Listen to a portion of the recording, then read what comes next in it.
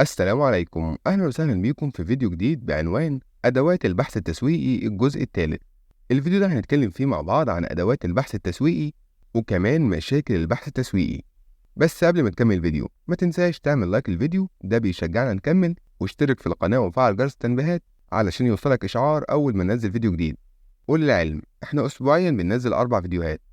نرجع بقى لفيديو النهاردة، وهنبدأ كلامنا بأدوات البحث التسويقي. Research Instruments. أشهر أداة بتستخدمها الشركات في بحثها التسويقي هي الاستبيان Questionnaire، وهي قائمة فيها مجموعة من الأسئلة اللي بتسألها للناس وإجاباتهم عليها هتديك البيانات اللي محتاجها في بحثك التسويقي. وفي أداة تانية بتتمثل في استخدام الأدوات والأجهزة الحديثة Mechanical Instruments، ومن أمثلتها إن الشركات بتعرف مثلا عن طريق رسم حركات وتعبيرات الوجه رد فعل الشخص على إعلان معين أو منتج معين، إذا كان يعني مبسوط منه، مستغرب، متضايق، مش مهتم، وهكذا. أو لما الشخص يدخل على موقع معين بتحلل الشركة أو الموقع نظرة الشخص ده، وبتعرف مثلا فين أول نقطة وقع عليها نظره علشان تحط فيها بعد كده الإعلانات أو أهم المعلومات في الويب سايت. وبما إن الاستبيان هو الأداة الأهم والأشهر، عاوزين نعرف طريقة كتابة الاستبيان والغلطات اللي بتحصل في كتابته، وشوية فنيات مهمة ممكن تساعد في كتابة الاستبيان القوي. الاستبيان Questionnaire. بما إن الاستبيان لسه هو أهم أداة للبحث التسويقي، فهنحاول نعرف إيه مشاكل الاستبيان وإيه هي أسرار الاستبيان الناجح. في الوقت اللي بتطبق فيه الشركات الفكر التسويقي بشكل غلط، حصل زي كره متبادل ما بين الناس والشركات دي عموما، وبحوثهم التسويقية خصوصا، واللي بيشوفوا فيهم الناس الأشرار اللي بيحاولوا يستخلصوا المعلومات وبيتدخلوا في خصوصيتهم. وأكتر الناس تعاون في موضوع الاستبيانات بيلاقي نفسه قدام ورقة طويلة كئيبة مليانة أسئلة، جزء معلومات الاتصال فيها بس ممكن يفكرك بورقة البطاقة اللي بتعملها لأول مرة. وأول حل لمشكلة عدم التعاون ديت إن الناس تفهم من اللي بيعمل الاستبيان إن الاستبيان ده لمصلحته، وهو فعلا كده، لأن هيكون نتيجته أفكار بتتحول لمنتجات وخدمات مفيدة ليه وبتحل ليه مشاكله. تاني حاجة، لازم اللي بيعمل الاستبيان يختار التوقيتات المناسبة باحتراف. فمثلا ما ينفعش تجري مدير شركة مخلص شغله الساعة 7 ونازل مش شايف قدامه وتستناه على باب الشركة تتحفه بأسئلتك التسويقية الجميلة دي. حاول تبعت ليه الأسئلة على إيميله الخاص، وفي حالة إنه ما ردش عليها حاول تاخد منه ميعاد مناسب وتوعده إن الموضوع مش هياخد من وقته غير دقايق، وفيهم هتسأله أسئلتك بشكل مختصر جدا وعملي بعيد عن الرغي والتكرار. نيجي لجزئية اختيار الأشخاص المناسبين لتنفيذ الاستبيان. والشخص اللي المفروض تختاره صح هنا مش بس اللي هيسأل الأسئلة، لكن كمان الشخص اللي بيجاوب عليها. الشخص اللي بيعمل الاستبيان لازم يبقى شخص مدرب كويس وعارف هيروح لمين وهيسأل ازاي وهيسأل امتى، وازاي يطلع بأكبر قدر من المعلومات بأقل قدر ممكن من الأسئلة.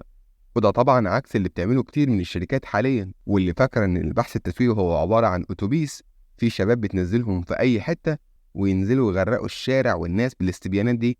وبرضه في دور كبير على اللي هيجاوب على أسئلة الاستبيان، لأن طالما الموضوع بالصعوبة ديت لازم يبقى الاختيار دقيق جدا، وشخص واحد فاهم ومستهدف صح أحسن من 100 إجاباتهم ملهاش لازمة. وباختصار، الاستبيان الناجح فيه عاملين للنجاح. واحد من عوامل النجاح دول هما تحويل الاستبيان من وسيلة لجمع واستخلاص المعلومات من الناس لوسيلة للتفاعل من خلال أسئلة بسيطة مختصرة مشوقة وعملية تروح مباشرة لفايدة وهدف البحث التسويقي. تاني حاجة ممكن تعملها الشركات علشان تشجع الناس تتفاعل مع بحوثها التسويقية واستبياناتها خصوصا هي الحوافز المادية اللي بتقدمها. وفي مقابل كل استبيان ممكن تدي المستقصي منه مبلغ بسيط أو هدية رمزية أو عينة مجانية من منتج الشركة. الفايدة اللي بياخدها المستقصي منه في مقابل تعاونه في الاستبيان هي الحافز اللي هيخليه يخرج كل المعلومات اللي عنده، واللي هتساعد بدورها في تطوير المنتج وكشف مشكلاته والخروج بأفكار منتجات وخدمات جديدة. في دراسة نفذتها شركة بورتر وويتكوم قالت إن أفضل حافز بيعمل أفضل نتيجة في تفاعل الناس مع الاستبيان هو $100. وده وعلى الرغم من إن كتير هيستغربوا ويعتبروه مبلغ كبير، إلا إن الشركات الكبيرة مش هتستكتر المبالغ دي على مصادر هتجيب لها معلومات مهمة ممكن توصل قيمتها لملايين الدولارات. وهي شركات بالفعل عندها أقسام مخصوصة للأبحاث والتطوير وبتحط فيها ميزانيات ضخمة. أما بقى بالنسبة للشركات الصغيرة واللي ما تقدرش على الميزانيات الضخمة ديت، ممكن تقدم حافز ولو بسيط جدا، وهيكون الحافز ده قيمته رمزية أو معنوية، وهو بيدل على تقديرك واهتمامك بالشخص مصدر المعلومات. واللي حتى لو بانت المعلومات اللي اديها لك بسيطة، إلا إنك عارف أهمية وقوة المعلومات في مصير شركتك. أهم حاجة في موضوع الحوافز ديت إن لو الشركات وعدت بيها تلتزم بيها فعلا، لأن لو حصل العكس هتكون الشركة بتدمر سمعتها بنفسها. قابلني من فترة استبيان إلكتروني من موقع متخصص لكده، والموقع زي كتير من المواقع اللي بتوعدك بمبلغ معين هيتحط في حسابك أو يتبعت لك مقابل إنك بتملي الاستبيان اللي بيبعتهولك، وشرطهم الوحيد إنك تملي 10 استبيانات علشان يتحول لك المبلغ. حبيت أجرب الموضوع ومليت واحد، وتقريبا هستنى طول عمري عشان يجيلي الاستبيان التاني. وطبعا حاجة زي كده وغيرها كتير هي اللي بتكره الناس في التسويق. طبعا حجم الشغل والمجهود اللي موجود في عملية ملء الاستبيانات وتفريغها وتحويل الكمية الكبيرة جدا من البيانات ديت لمعلومات مفيدة ضخم جدا. ومش شطارة من الشركات إنها تجيب أي قدر من معلومات وخلاص، أهم حاجة إنها تجيب المعلومة اللي محتاجاها علشان تاخد قراراتها التسويقية. في شوية نقط مهمة لو الشركة طبقتها في استبياناتها ممكن تختصر على نفسها وقت ومجهود كبير جدا. ومن ضمن النقط ديت السؤال الأول، أو هنسميه مفتاح الاستبيان. مفتاح الاستبيان هيديك الإشارة يا إما تكمل الاستبيان أو لأ، أو على الأقل يديك فكرة واتجاه تفكير معين ناحية الشخص اللي بيملى الاستبيان. هنفترض إن شركة عربيات هي اللي بتعمل الاستبيان، وهدف الاستبيان وصفي عاوزة تعرف من خلاله شوية معلومات عن الناس اللي بتشتري عربيات وتفضيلاتهم واقتراحاتهم. مفتاح الاستبيان ممكن يكون كده: ماذا تعني السيارة بالنسبة لك؟ رقم 1 وسيلة مواصلات، رقم 2 فخامة ورفاهية، رقم 3 مظهر اجتماعي، رقم 4 أداة يمكن الاستغناء عنها.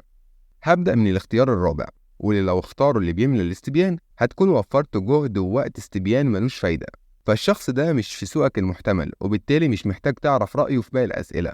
ولو اختار الإجابة التالتة فتعرف إن الراجل ده مظهري وما يهموش كتير جودة العربية وكفاءتها، على قد ما يهمه الشكل والأناقة والإمكانيات الظهر للناس اللي هتديله مكانة اجتماعية أو برستيج وسط قرايبه وأصحابه.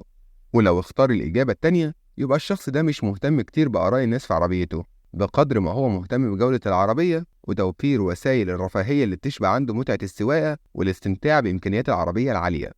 أما لو اختار الاختيار الأول فده شخص عملي جدا محتاج عربية قوية وعملية وكفاءتها كويسة تعينه على مشوار الشغل والطرق والزحمة، فهتقدم له عربية إمكانياتها متوسطة مع ممكن إهمال الشكل الجمالي الخارجي ليها شوية.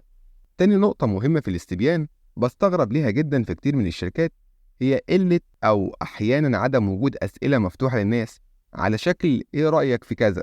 تقترح إيه علشان كذا؟ لو شركة العربيات ديت اللي لسه متكلمين عنها اقترحت السؤال ده، تخيل إنك بتصنع عربية جديدة، إيه هي الأفكار والإمكانيات اللي هتضيفها في العربية ومش موجودة حاليا؟ بافتراض إنك سألت السؤال ده ل1000 واحد ما جاوبش عليه غير 500 كانت كل إجاباتهم مش مفيدة، إلا إجابة واحدة بس ادتك فكرة عبقرية واللي ممكن تحولها لأداة أو إمكانية جديدة في العربية تجيب لك ملايين. فما فيش أغلى في حياة التسويق من الأفكار. وخلينا نستعرض مع بعض أسئلة استبيان فاشل. إيه هو دخلك الشهري الأقرب جنيه؟ هل أنت مؤيد بقوة أم بضعف لعمالة الأطفال؟ هل تريد أن ترى ابنك متفوق وناجح في دراسته؟ أو هل يعجبك سلوك ابنك في المدرسة؟ كم عدد الرسائل الإلكترونية اللي وصلتك أمس؟ إيه هي المعايير المنبثقة من إرادتك الفاعلة لتحقيق إنجازاتك؟ هل ترى أن السيارات الحديثة أكثر أمانا من السيارات القديمة وتعطي مزيدا من الرفاهية للسائق؟ في السؤال الأول بيبدأ الاستبيان بسؤال شخصي، وبعيد عن إن الأسئلة الشخصية مش مرغوبة، وإن من المفيد والضروري إنك تبعد عنها قدر الإمكان. لكن المشكلة كمان إن الاستبيان بيسأل السؤال بشكل شخصي دقيق ومستفز، وفي الحقيقة اللي بيتسأل غالبا وفي أحسن الأحوال مش هيجاوب بالدقة دي، لأن أصلا ما يعرفوش يحددوا مرتبه الصافي بالجنيه، ولو حصل مش هيقول لأنه غالبا اكتشف معاناته اللي بدأت من أول سؤال مع الاستبيان الممل ده. لو اضطريت إنك تسأل سؤال زي كده حاول ما تبدأش بيه الاستبيان، وحاول ما يكونش بالدقة دي. يعني ممكن تحول السؤال للشكل ده: متوسط دخلك الشهري، أو في أي فئة بيقع دخلك الشهري، يعني من 500 ل1000 ولا من 1000 ل2000 ولا من 2000 ل3 ولا من 3 ل4000 ولا أكتر من 4000. في السؤال التاني بيستخدم كلمات غامضة، فكلمة مؤيد معناها مؤيد هي مؤيد. ولو احتجت تعرف درجة التأييد ممكن تحط السؤال في الشكل ده: إيه رأيك في عمالة الأطفال؟ وتكتب له الاختيار ما بين 5 درجات من التأييد، بيبدأوا من مؤيد بقوة وبينتهوا برفض بقوة. في السؤال الثالث بيسأل سؤال إجابته شبه محسومة، فالأب مش عاوز ابنه يفشل، ولا هينطق الطفل قدامك غالبا. يبقى ايه لازمة السؤال ده في الاستبيان؟ وفي السؤال الرابع الاستبيان بيسأل أسئلة عاوزة كمبيوتر يجاوبها، وما تتوقعش إن الشخص اللي بيجاوبك على الاستبيان ده فاضي أو شغلته الوحيدة في الحياة هي الاستبيان. هو شخص عادي جدا مشغول ووراه مسؤوليات وألف حاجة شغلاه، فمش هيقعد يحسب كام ميل وصل ليه امبارح بالليل. وفي السؤال الخامس الاستبيان بيستعرض مهاراته اللغوية الفذة، وطبعا الكلام الكبير والألفاظ العبقرية ديت بتخلي الناس تهرب من الأسئلة. وفي السؤال السادس السؤال مركب، واللي ممكن يسبب تشوش وعدم تركيز على الإجابة المطلوبة من اللي بيجاوبه. ولو بتعمل الأسئلة المركبة ديت علشان تختصر في الاستبيان، حاول تركز أكتر على تبسيط الأسئلة وحذف الأسئلة المتشابهة، لكن تجنب الأسئلة المركبة اللي بتزود درجة عدم دقة وصحة النتائج. بعد ما اتكلمنا عن أدوات البحث التسويقي، خلينا نتكلم عن آخر حاجة بالفيديو وهي مشاكل البحث التسويقي. في شركات كتير بتخاف من البحوث التسويقية، من أصغر الشركات لأكبرها، وهي للأسف بتركز على الجهد والوقت والفلوس اللي بتتكلفها وبتنسى الفوائد الكتيرة جدا على المدى البعيد اللي بتجيلها. ومن أكبر الأسباب اللي ممكن تخلي البحث التسويقي مش مفيد ضعف اللي بتختارهم الشركات علشان تنفيذ أبحاثها التسويقية. وفكرة الشركات ديت زي ما قلت عن البحث التسويقي، هي شركة تسويق بتجيب شباب ملهمش خبرة في أي حاجة، وبينزلوا الشوارع والشركات وياخدوا بيانات من الناس، وطبعا بدون تدريب أو خبرة أو خلفية في التسويق النتائج بتكون مش دقيقة.